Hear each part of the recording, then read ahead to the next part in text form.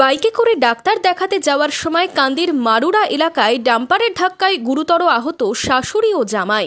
শাশুড়িকে মুর্শিদাবাদ মেডিকেল কলেজে স্থানান্তরিত করা হয়।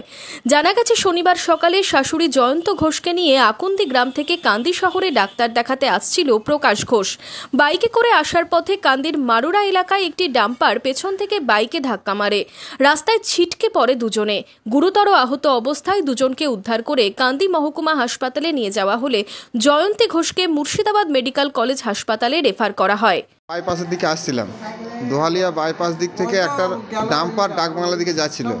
আমি পুরো আমার বাঁয়ে রাস্তা রেডিয়ামের পাশে ছিলাম, আমি একরকম কাঁচাতে। তার ডাম্পারটা এমনভাবে ডান দিকে টার্নিংয়ে চেপে দিয়েছে, আমি গাড়ি রুখতে পারিনি। এবার এসে আমাকে ও মেরেছে। কুয়াশা কিচ্ছু ছিল না। আমি আমার শাশুড়ি মাকে ডাক্তার দেখাতে আসছিলাম।